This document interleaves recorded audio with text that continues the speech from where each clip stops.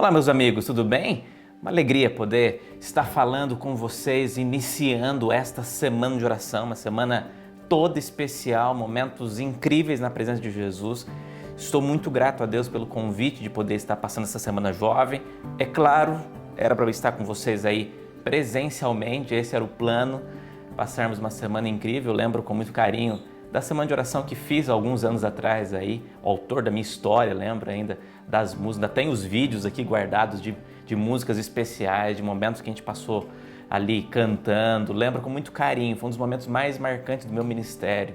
Vocês aí de Marataízes com certeza estão no meu coração.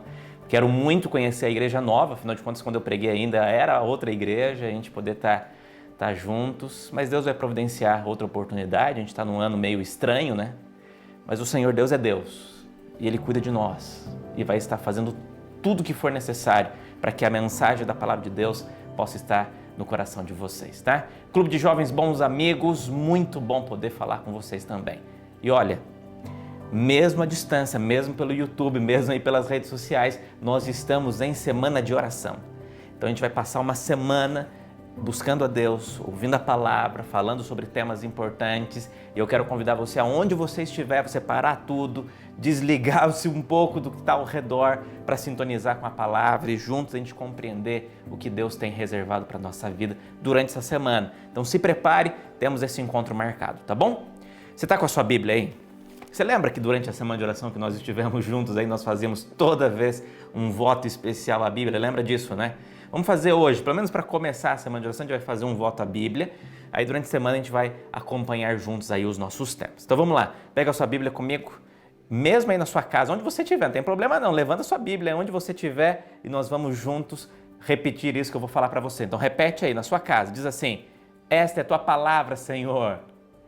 O que ela quer que eu faça, eu farei. O que ela quer que eu seja, eu serei. Pois se está na Bíblia, eu creio. Não está na Bíblia, eu não creio. Amém? Essa é a palavra de Deus, luz para a nossa vida. Nós acreditamos nisso, eu acredito nisso e tenho certeza que você também vai acreditar durante essa semana especial de oração. E nós teremos durante essa semana, lá para o meio da semana, alguns desafios que nós vamos lançar. Anotem os temas, Deus tem recados para nós. Vamos lá? Quero convidar você para nós começar, nós vamos usar bastante a Bíblia hoje. Vamos começar no livro de Mateus, Mateus capítulo 3. Quero ler com você esse texto, que vai dar introdução ao tema que nós falaremos durante toda a semana. Mateus capítulo 3. Separei alguns textos aqui para nós podermos estudar juntos. Como você vê, nossa semana tem como título O Reino. Por que eu escolhi esse tema? Porque este, amigo, é o assunto preferido de Jesus. Durante todo o ministério dele, Jesus trabalhou muitas vezes este tema. Este tema é fundamental de ser entendido. Infelizmente, até os discípulos, depois que Jesus já estava subindo aos céus, não tinham entendido direito o que Jesus quis dizer quando apresentou o reino dele. Mas o assunto do reino de Deus é um assunto que precisa estar cravado em nossos corações. O reino de Deus não é um lugar, um reinado onde Jesus tem um castelo e um trono e ali tem súditos, não. O reino de Deus, ele é algo extraordinário. E nós vamos tentar de maneira bem simples, mas ao mesmo tempo profunda, bíblica, verdadeira, entender o que é este reino de Deus e qual a importância dele para todos nós, tá bom? Vamos lá. Olha o que diz o texto bíblico. Mateus capítulo 3 nos diz assim: naqueles dias apareceu João Batista pregando no deserto da Judéia e dizia: arrependei-vos, porque está próximo o reino dos céus. Vocês lembram de quem é João Batista, né? João Batista, depois de 400 anos em que Deus não tinha enviado nenhum profeta à terra, Deus levanta este homem. Ele tem como objetivo ser um precursor de Cristo Jesus e apresentar as mensagens que Jesus iria apresentar, falar que Jesus estava vindo, que o tempo era aquele. Ele foi enviado, foi escolhido por Deus para essa missão e pregava nos desertos, não tinha medo de pregar e muitas pessoas eram convertidas e ele batizava as pessoas e João Batista era um homem extraordinário. Jesus dizia que não teve na terra nenhum homem nascido de mulher igual a ele. João Batista tem uma mensagem profunda, verdadeira. Mas João Batista tinha uma mensagem principal. E qual que era a mensagem principal de João Batista? Está aqui no texto. arrependei-vos, porque está próximo o reino dos céus. Tem outras versões que dizem assim, porque é chegado o reino dos céus. E tem outras versões, não sei qual é a versão que você está usando aí, que diz, e chegou o reino dos céus. Arrependei-vos, porque é chegado o reino dos céus. O objetivo de João Batista era, além de apresentar Cristo, apresentar o reino de Deus que estava chegando. Interessante. Olha Jesus lá no livro de Mateus, capítulo 4, verso 17, nesse mesmo livro, uma página para frente, diz assim, daí por diante, passou Jesus a pregar e a dizer, arrependei-vos, porque está próximo o reino dos céus. A mesma mensagem de João Batista, Jesus repetiu aqui, está percebendo? A mesma mensagem que João Batista falava, olha, arrependei-vos, porque está próximo o reino dos céus, é a mesma mensagem apresentada por Jesus depois. Durante todo o ministério de Jesus, Jesus falou mais sobre o reino de Deus do que qualquer outra coisa. Reino de Deus, reino dos céus, o reino, eram essas expressões que Jesus utilizava. Por que ele quis falar tanto sobre esse assunto? Você sabe que na cultura judaica, as pessoas quando querem gravar algo que seja dado uma ênfase especial, ele usa o método da repetição. Se Jesus repetiu tantas vezes acerca do reino dele, é porque algo importante ele tinha para apresentar. E olha essa frase que se repetiu nesses dois textos que nós lemos. Arrependei-vos, porque está próximo o reino dos céus. A palavra arrepender aqui é uma palavra muito interessante no grego. Eu gosto dessa palavra. A palavra que é utilizada aqui para arrependimento é uma palavra que nós chamamos de metanoia. Metanoia é a palavra grega para arrependimento. O que essa palavra significa? É interessante. Meta é além, acima. E noia é mente. Então, quando Jesus diz arrependei-vos, ele está dizendo, olha, metanoia. Abra sua mente. Abra a mente.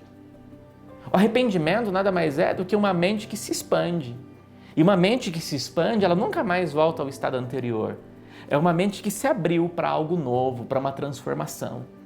Então, quando Jesus diz assim, arrependei-vos porque é chegado o reino dos céus, ele diz, olha, abra sua mente porque você precisa ver além do que aquilo que você já está acostumado a ver. Arrependei-vos significa tenha uma nova percepção, uma nova visão sobre algo incrível que você precisa conhecer e eu vou apresentar para vocês. É isso que está dizendo aqui o texto, interessante. E aí nós encontramos na Bíblia um exemplo claro de alguém que passou por esse processo de metanoia, de arrependimento. E nós encontramos ele no livro de João, João capítulo 13. Eu gosto dessa história. João capítulo 3 vai falar para nós acerca de um homem chamado Nicodemos. Quem que era Nicodemos? O verso 1 responde para nós. João capítulo 3, versículo 1 diz assim, havia entre os fariseus um homem chamado Nicodemos. E Nicodemos era um dos principais dos judeus. Aqui já fala que ele era um fariseu e ele era um dos principais dos judeus. Interessante. Quem era Nicodemos? Nicodemos era um líder. Era um homem que tinha como características específicas ser um estudioso da palavra, conhecedor, líder religioso, era respeitado, as pessoas respeitavam Nicodemos. Ele era um dos principais dos judeus. Só que Nicodemos, ele tinha, por ser fariseu, uma função específica. Qual era a função dele? A função dele era tentar também descobrir as pessoas que se diziam Messias na época de Jesus. E olha, existiam vários que se diziam Messias nessa mesma época, que se diziam enviados, se diziam ungido. Quer ver um exemplo clássico? Barrabás. O Barrabás, que Jesus substituiu na cruz, foi um dos homens que foi considerado extraordinário, foi considerado alguém que veio para pregar algo novo e tinha seguidores, mas virou um ladrão a ponto de ser condenado. Acabou que depois foi substituído por Jesus. Interessante. Então Nicodemos, ele tinha essa característica especial de poder observar e ele começou a observar Jesus. Só que ele ficou encantado por Cristo, encantado pela mensagem que Jesus apresentava, pela maneira como Jesus agia, pela maneira como Jesus curava pessoas. Jesus não era que nem os outros charlatões que apareciam naquele tempo. Jesus era diferente. E Nicodemos começou a perceber algo novo, mas ele não tinha coragem, ele tinha medo. O que as pessoas iam dizer? Ele tinha uma posição a zelar, um nome. E ele ficou com medo, mas ele queria ter esse encontro com Jesus. Por isso que ele foi de noite conversar com Jesus. E é interessante, depois você pode ler o texto, ele chama Jesus de Rabi, que era mestre, porque na cabeça dele estava tendo ali uma conversa de mestre, de pessoas inteligentes. A conversa aqui de Jesus com Nicodemos não é uma conversa superficial, é uma conversa profunda. Jesus está dizendo assim para ele assim, Nicodemos, nós vamos ter uma conversa de mestre, então você quer conversar. E Nicodemos não vai só em nome dele, ele vai em nome de um grupo de pessoas que não tinham coragem, mas que entendiam que Jesus era diferente. E aí Jesus já chega direto com Nicodemos. Jesus não arrodeia, como diz aí em algumas regiões. Jesus, ele fala de fato o que Nicodemos precisava fazer. E aí Jesus diz assim, você precisa, Nicodemos, de verdade, é ter coragem de nascer de novo. Nascer de novo. Aqui é como se Jesus dissesse assim, você sabe o que você precisa mudar. Você sabe o que tem trazido angústia no teu coração. Você sabe o que você de fato mais precisa. Mas Nicodemo, você não tem coragem, né? Olha, Jesus conhecia esse homem. É por isso que Jesus diz assim, você precisa nascer de novo. O nascer de novo que Jesus disse para Nicodemos é essa metanoia. Você precisa abrir a sua mente, você precisa se arrepender. E você nascer da água e do Espírito. Nicodemos tenta desconversar, né? Mas como é possível e tal? Mas ele estava entendendo que Jesus queria mostrar algo profundo para ele. Sabe, a mensagem do reino de Deus foi o objetivo principal para que as pessoas entendessem. Infelizmente, muitas pessoas imaginavam que Jesus seria um líder político, alguém que viria para poder livrar os judeus das mãos do Império Romano, que era opressor, que era terrível. Mas, ao mesmo tempo, Jesus ele veio mostrar aqui de maneira muito clara e interessante que o reino de Deus não é desse mundo. O que adianta? Jesus disse isso para Nicodemos, o que adianta? Você ter aí essa posição toda, se você não nascer da água e do Espírito, você não vai poder observar o reino de Deus. Jesus queria apresentar uma mensagem de transformação para este homem que precisava tanto receber essa oportunidade. Era religioso, conhecia da palavra, mas não conhecia do reino, porque essa era a mensagem de Cristo. Tá claro? Por isso que lá no livro de Mateus, capítulo 4, versículo 23 e 24, vou mostrar para você aqui, diz assim, Jesus foi por toda a Galiléia ensinando nas sinagogas deles, pregando as boas novas do reino e curando todas as enfermidades e doenças entre o povo. Notícias sobre ele se espalharam por toda a Síria e o povo lhe trouxe todos que estavam padecendo vários males e tormentos, endemoniados, epiléticos, paralíticos, e ele os curou.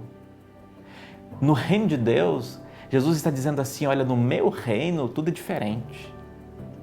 No meu reino as pessoas têm uma vida justa. No meu reino eu quero trazer cura às pessoas. No meu reino eu quero que as pessoas sejam felizes. Jesus vem trazer uma mensagem que era diferente das demais mensagens das pessoas que se preocupavam apenas de instituir nesta terra um império onde tinham um rei e súditos. Não, Jesus queria dizer que no reino todos seriam tratados como de fato nós somos e devemos ser tratados como filhos do rei. E é por isso que Jesus olhava para as pessoas que eram consideradas a escória da sociedade naquele tempo e tratava elas com amor, com dignidade, com humildade. Jesus era incrível, amigos. E tratava todas elas com essa autoridade, porque Jesus passava falando do reino dele e queria que as pessoas já experimentassem um pouquinho do que era a experiência do reino de Deus. Interessante isso. Atos 1, verso 3, nos diz assim, depois do seu sofrimento, Jesus apresentou-se a eles e deu muitas provas indiscutíveis de que estava vivo e apareceu-lhes por um período de 40 dias. E nesses 40 dias ele continuou falando acerca do reino de Deus. Jesus já tinha morrido e Jesus agora ainda continuava durante o momento em que ele passou ali 40 dias antes da sua ascensão, falando para os discípulos e para as pessoas que estavam ao redor acerca deste reino transformador. Interessante aqui o texto. Nós encontramos João Batista, que foi esse proclamador do reino e que abriu as portas para que as pessoas conhecessem de fato o que simbolizava o reino de Deus. Agora, a grande pergunta que a gente precisa entender hoje, esse é o objetivo da nossa primeira mensagem, é só uma introdução de tudo que nós vamos ouvir essa semana, que será transformador para nós. Mas esse reino de Deus já chegou ou ainda vai chegar? Esse reino de Deus já chegou ou está chegando? O que você acha? Você acha que o reino de Deus já chegou? Quantos acham que já chegou? E quantos acham que o reino de Deus está chegando? Quantos acham? E quem não acha nada? É isso mesmo. Amigo, deixa eu falar uma coisa para vocês, olha. o reino de Deus, ele é algo extremamente importante. Vamos tentar entender essa pergunta. Mas antes de eu responder, deixa eu falar só sobre um detalhe. Os judeus, eles acreditam muito e utilizam muito essa palavra shalom. Shalom significa paz. Mas mais do que paz, quando eles desejam shalom para algumas pessoas, os judeus estão dizendo assim: olha, eu quero que vocês experimentem uma experiência de um mundo que não vai ter guerra, num mundo em que todos são felizes, em um mundo em que todos estão seguros. É mais ou menos isso que os judeus queriam apresentar. Os judeus imaginavam que este reino viria a partir do momento em que viria um libertador, o Messias, que eles esperam até hoje, e esse libertador iria trazer essa paz. Mas, na verdade, Jesus veio mostrar que a paz que ele traz, o shalom que ele traz, é diferente dos shalons que os judeus esperavam. Interessante isso. Sabe por quê? Porque o reino de Deus já chegou ou está chegando? Eu respondo para você: já, mas não ainda. É isso mesmo que você ouviu. O reino de Deus já chegou ou está chegando? Já, mas não ainda. Como assim? Vou explicar. O reino de Deus já chegou já. Porque Jesus veio mostrar, olha, o reino de Deus está vindo, arrependei-vos, o reino de Deus está chegado, o reino de Deus está aí. Jesus veio inaugurar o seu reino, mas ainda não.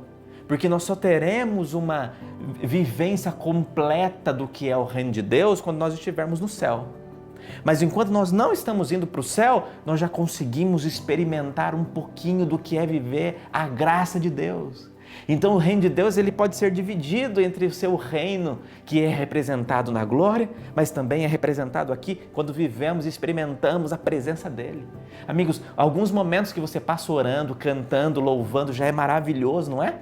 Pois é. Esses momentos que você passa cantando, louvando a Deus e acreditando na mensagem, você já está experimentando o reino de Deus.